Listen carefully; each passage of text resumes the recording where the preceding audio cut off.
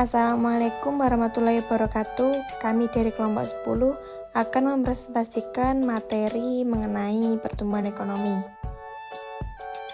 Anggota kelompok yaitu 1. Winta Permatasari, 2. Jinggan Novelia Saputri, 3. Kartika Putri Lestari, 4. Marsha Inkaharani. Konsep dan pengukuran. Suatu perekonomian dikatakan mengalami pertumbuhan ekonomi jika jumlah produksi barang dan jasanya meningkat. Dalam dunia nyata, amat sulit untuk mencatat jumlah unit barang dan jasa yang dihasilkan selama periode tertentu. Kesulitan itu muncul bukan saja karena jenis barang dan jasa yang dihasilkan sangat beragam, tetapi satuan ukurannya pun berbeda. Misalnya, produk singkong diukur dengan satuan berat kuintal atau ton, sementara produk air bersih atau air minum diukur dalam satuan volume. Minyak bumi dengan satuan barel.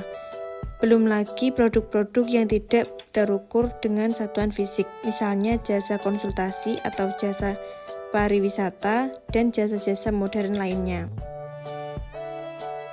Oleh karena itu, angka yang digunakan untuk menaksis perubahan output adalah nilai moneter uang yang tercermin dalam nilai produk domestik bruto (PDB). Untuk mengukur pertumbuhan ekonomi, nilai PDB yang digunakan adalah PDB berdasarkan harga konstan (PDB real).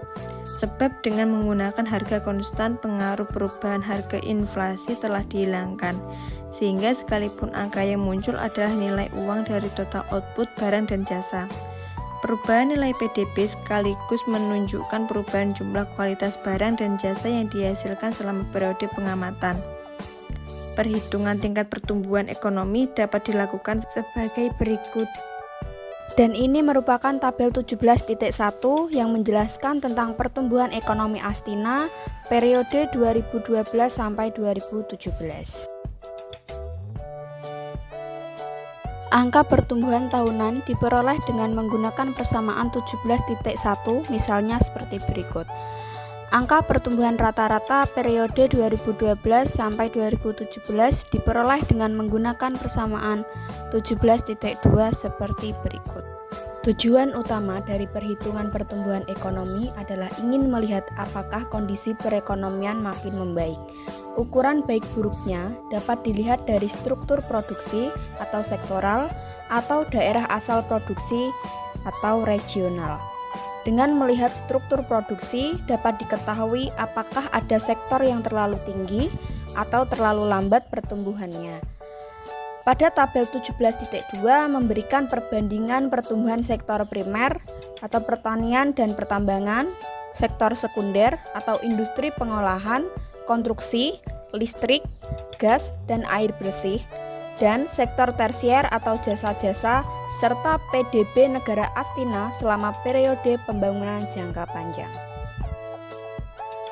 Tabel 17.2 menunjukkan walaupun pertumbuhan ekonomi jangka panjang Astina melebihi angka 6% per tahun, tingkat pertumbuhannya mengalami naik turun. Tingkat pertumbuhan tinggi terjadi selama periode 1992 sampai 2002, yaitu 8% per tahun. Dari tabel juga terlihat bahwa sektor yang relatif sangat tinggi, tingkat pertumbuhannya adalah sektor sekunder. Selama periode 2012 sampai 2016 yang hanya 4,9% per tahun. Dari itu juga terlihat bahwa sektor yang relatif sangat tinggi, tingkat pertumbuhannya adalah sektor sekunder. Selama periode 1992 sampai 2012 mencapai rata-rata 11% per tahun. Kebalikan dari sektor sekunder adalah sektor primer. Pertumbuhan rata-ratanya selama periode 1992 sampai 2016 hanya 3,6% per tahun, atau hanya 1/3 kali tingkat pertumbuhan sektor sekunder. Bahkan pada periode 2012 sampai 2016 mengalami tingkat pertumbuhan negatif. Data pertumbuhan ini merupakan indikasi awal tentang adanya ketimpangan sektoral atau sektor sekunder versus primer, yang dapat ditindaklanjuti dengan penelitian-penelitian yang lebih dalam dan spesifik.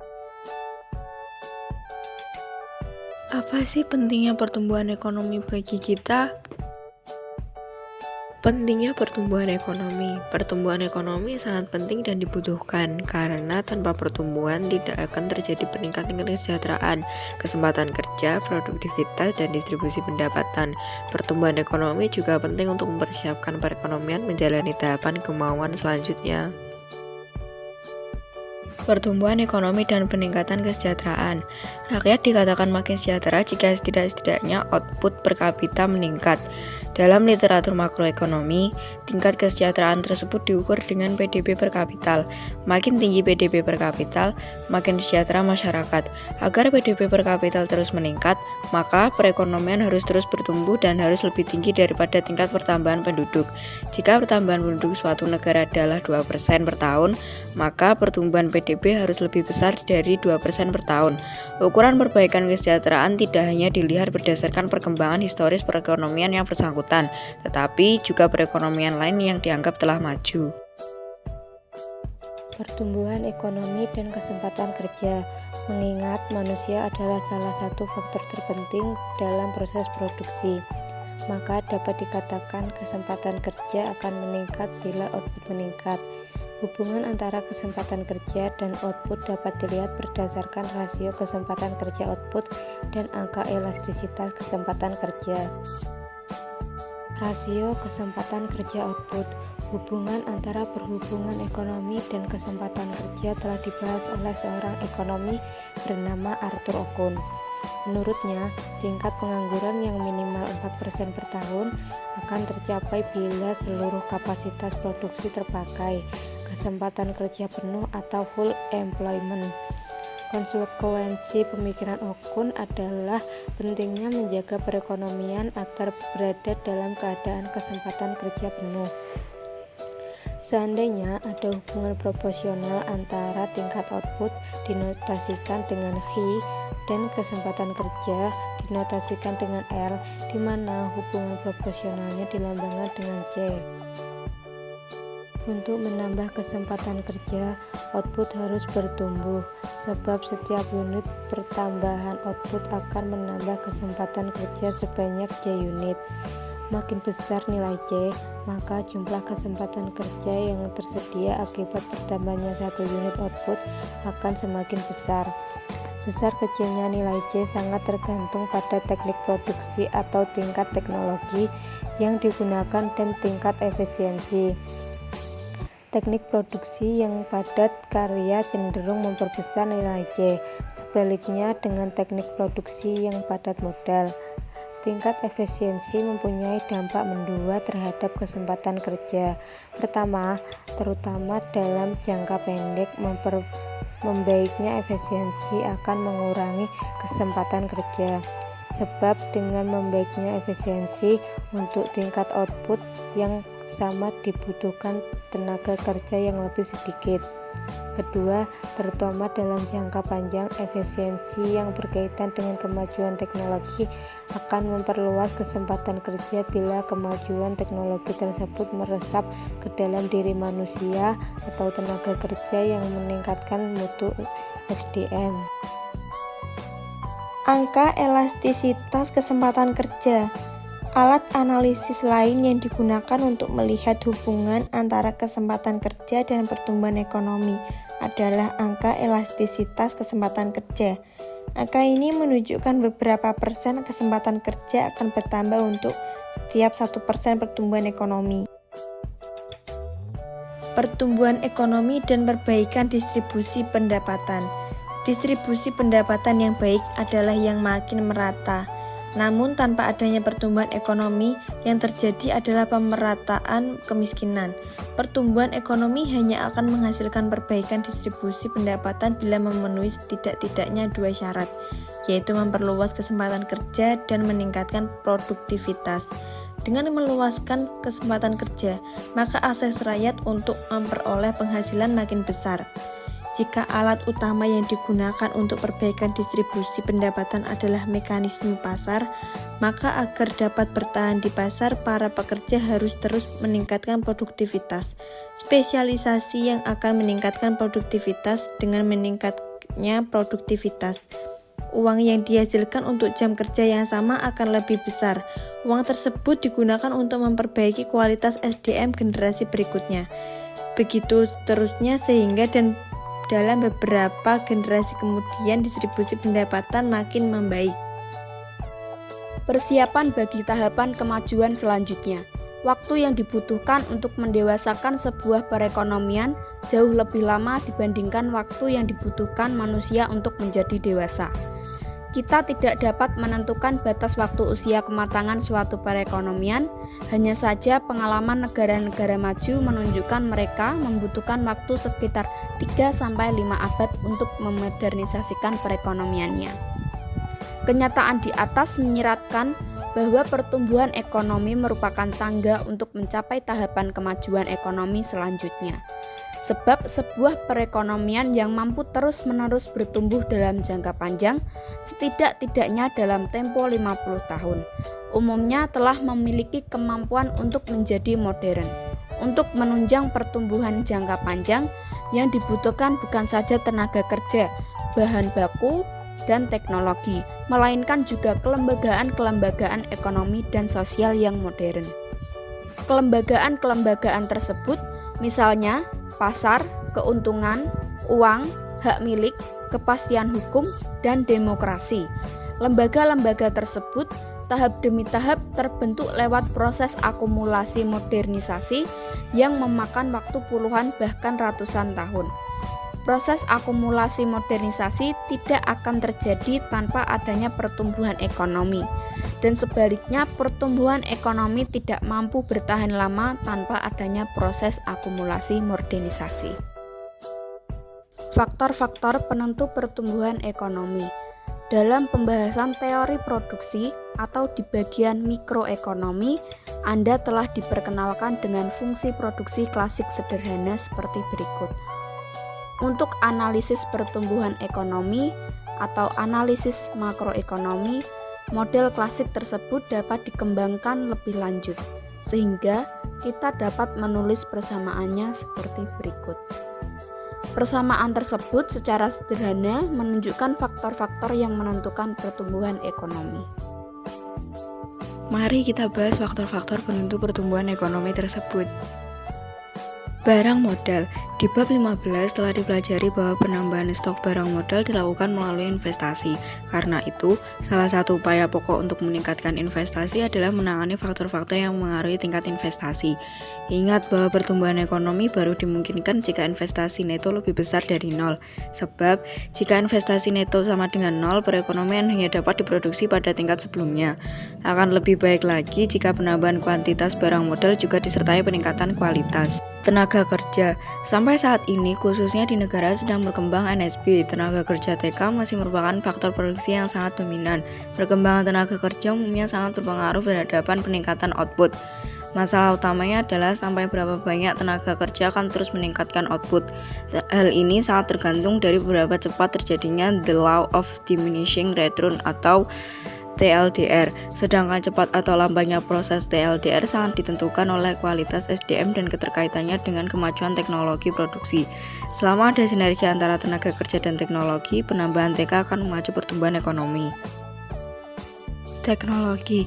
Hampir dapat dipastikan bahwa penggunaan teknologi yang makin tinggi sangat memacu pertumbuhan ekonomi. Telah dibahas dalam bagian sebelumnya, ada imbang korban antara kemajuan teknologi dan kesempatan kerja.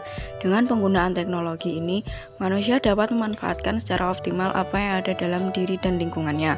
Bahkan kelebihan penggunaan teknologi tepat guna adalah ditekannya pemborosan penggunaan SDA atau energi dalam proses energi.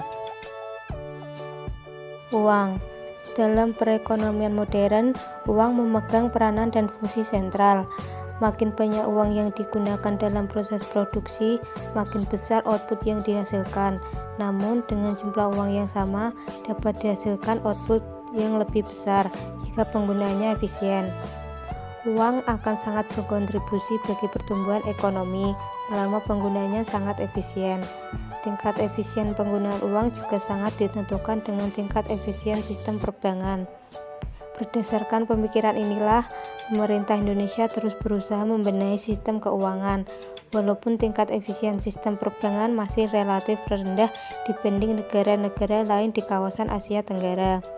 Ternyata pembenahan sistem keuangan, khususnya perbankan tersebut, telah memberi sumbangan terhadap kembangan ekonomi.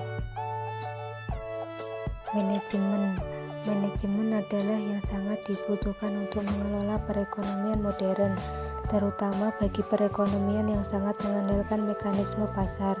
Sistem manajemen yang baik terkadang jauh lebih berguna dibanding barang modal yang banyak, uang yang berlimpah, dan teknologi tinggi. Ada perekonomian yang tidak terlalu mengandalkan teknologi tinggi, namun berkat manajemen yang baik mampu mempertahankan tingkat pertumbuhan ekonomi yang tinggi. Kewirausahaan lebih luas daripada cakupan manajemen adalah kewirausahaan. Untuk sementara, kewirausahaan cukup didefinisikan sebagai kemampuan dan keberanian mengambil resiko guna memperoleh keuntungan. Para pengusaha mempunyai pemikiran yang matang bahwa input yang dikombinasikannya akan menghasilkan barang dan jasa yang dibutuhkan masyarakat. Kemampuan mengombinasikan input ini dapat disebut sebagai kemampuan inovasi. Sejarah perkembangan perekonomian yang telah maju juga membuktikan betapa besarnya peranan para wiraswasta dalam memajukan perekonomian. Informasi syarat agar pasar berfungsi sebagai alat alokasi sumber daya ekonomi yang efisien adalah adanya informasi yang sempurna dan seimbang, atau perfect and symmetric information. Kegagalan pasar merupakan akibat tidak terpenuhinya asumsi ini. Tuntutan gerakan reformasi di Indonesia berupa transparansi dan kebebasan informasi atau pers. Dilihat dari teknologi ekonomi, dapat dibenarkan dengan sumber daya yang sama, dihasilkan output yang lebih banyak. Informasi amat menunjang pertumbuhan ekonomi. Apakah kalian sudah mengerti teori-teori apa saja yang ada di bab pertumbuhan ekonomi? Mari kita bahas. Teori-teori pertumbuhan ekonomi. Teori-teori pertumbuhan ekonomi melihat hubungan antara pertumbuhan ekonomi dengan faktor-faktor penentu pertumbuhan ekonomi yang telah dibahas di atas. Perbedaan antara teori yang satu dan yang lain terletak pada perbedaan fokus pembahasan dan atau asumsi-asumsi yang digunakan. Yang pertama yaitu teori jumlah penduduk optimal. Teori ini telah sangat lama dikembangkan oleh kaum klasik.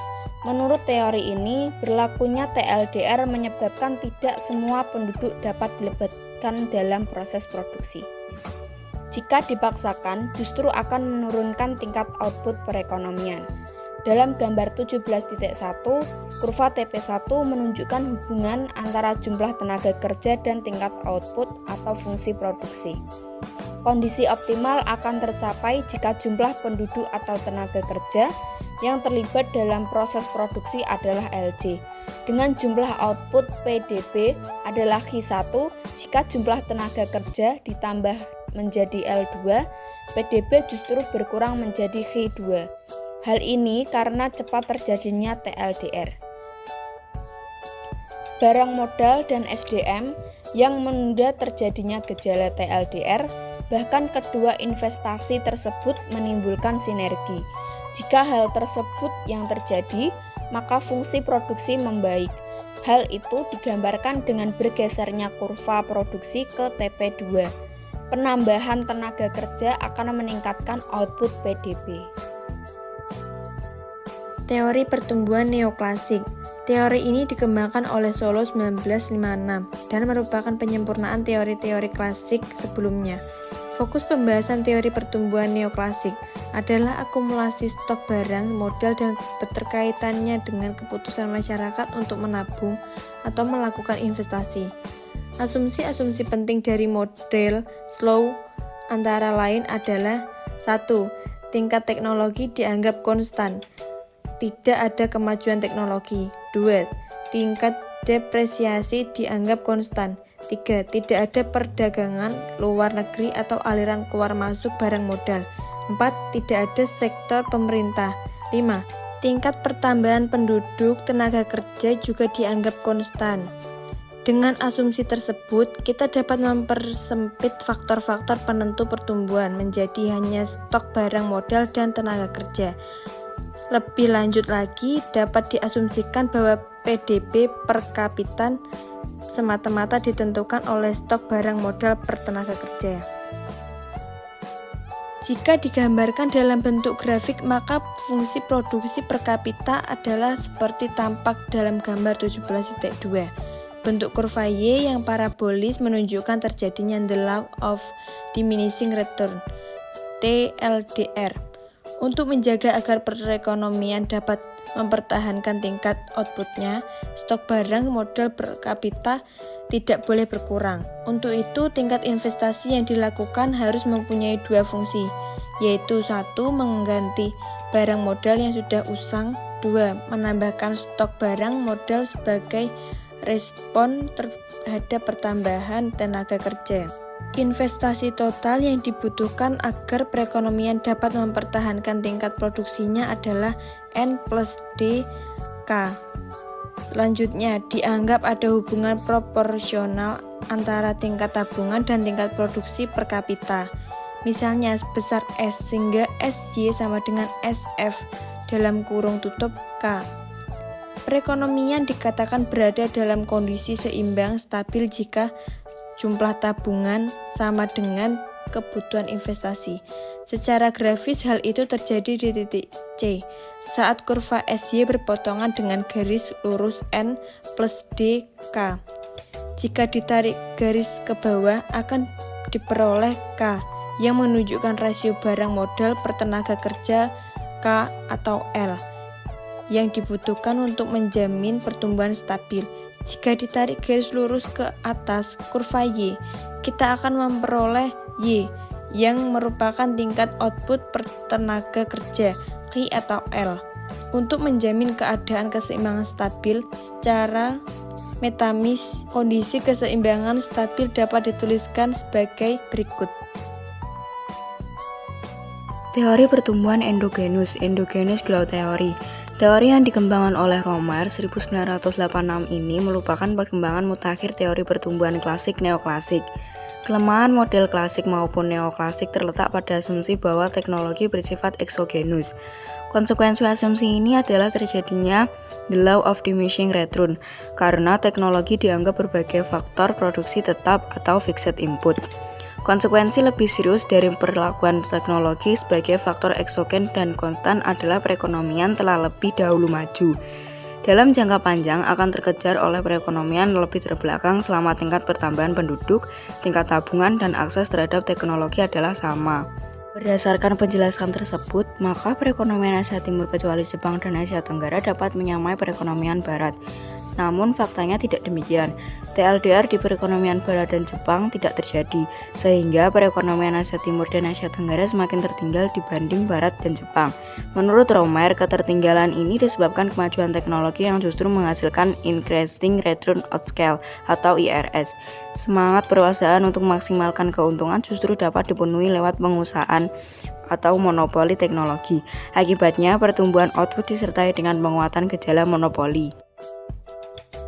Teori Schumpeter berpandangan bahwa pertumbuhan ekonomi sangat ditentukan oleh kemampuan kewirausahaan atau entrepreneurship. Menurut Schumpeter, kemajuan perekonomian kapitalis disebabkan diberinya keleluasaan untuk para entrepreneur atau inovator.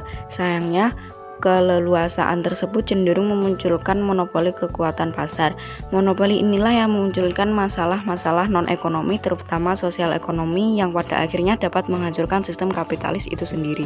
Teori Horodomar. Teori Horodomar dikembangkan secara terpisah atau sendiri-sendiri dalam periode yang bersamaan oleh E.S. Domar 1947-1948 dan R.F. Harrod 1939-1948. Keduanya melihat pentingnya investasi terhadap pertumbuhan ekonomi, sebab investasi akan meningkat stok modal yang memungkinkan peningkatan output. Sumber dana domestik untuk keperluan investasi berasal dari berbagai produksi atau pendapatan nasional yang ditabung. Teori Harrod-Domar. Teori Harrod-Domar dikembangkan secara terpisah atau sendiri-sendiri dalam periode yang bersamaan oleh I.S. Domar 1947-1948 dan R.F. Harrod 1939-1948. Keduanya melihat pentingnya investasi terhadap pertumbuhan ekonomi, sebab investasi akan meningkatkan stok modal yang memungkinkan peningkatan output. Sumber dana domestik untuk keperluan investasi berasal dari bagian produksi atau pendapatan nasional yang ditabung. Investasi. Tingkat output suatu perekonomian mempunyai hubungan proporsional atau konstan dengan jumlah stok barang modal. Seandainya tingkat output dinotasikan Y dan stok barang modal dinotasikan K, maka Y sama dengan A kecil K besar, di mana A adalah rasio output barang modal atau capital output ratio, disingkat COR, yaitu angka yang menunjukkan berapa jumlah output yang dapat dihasilkan dari stok barang modal tersedia. Umumnya nilai A adalah positif, namun lebih kecil daripada 1. Jika perekonomian ingin meningkatkan output menjadi 6.000 atau delta Y sama dengan 2.000 unit, maka stok barang harus ditingkatkan menjadi 12.000 unit atau delta K sama dengan 2.000 unit. Dapat juga dikatakan delta K atau delta Y sama dengan 2. Angka 2 adalah bilangan yang menunjukkan berapa unit barang modal yang harus ditambahkan untuk meningkatkan output sebanyak 1 unit. Angka ini disebut nilai rasio output kapital inkremental atau incremental capital output ratio, disingkat ICOR. Angka ICOR dapat diperoleh dengan manipulasi matematis sederhana persamaan. Dari persamaan 17.10 terlihat nilai ICOR adalah 1/A atau sama dengan 1/COR. Bila nilai COR sama dengan 0,25, maka nilai COR sama dengan 1/0,25 sama dengan 4. Dalam kasus di atas nilai COR sama dengan 0,5 sehingga ICOR sama dengan 1/0,5 sama dengan 2. Berarti untuk meningkatkan output sebanyak 1.000 unit, stok barang modal yang harus ditambahkan 1 adalah 2.000. Yang kedua adalah tabungan. Telah dikatakan bahwa untuk mampu melakukan investasi, perekonomian harus menyisihkan outputnya sebagai tabungan. Bila tabungan merupakan bagian proporsional atau konstan dari pendapat, hubungan tabungan atau saving S dengan output Y adalah sebagai berikut.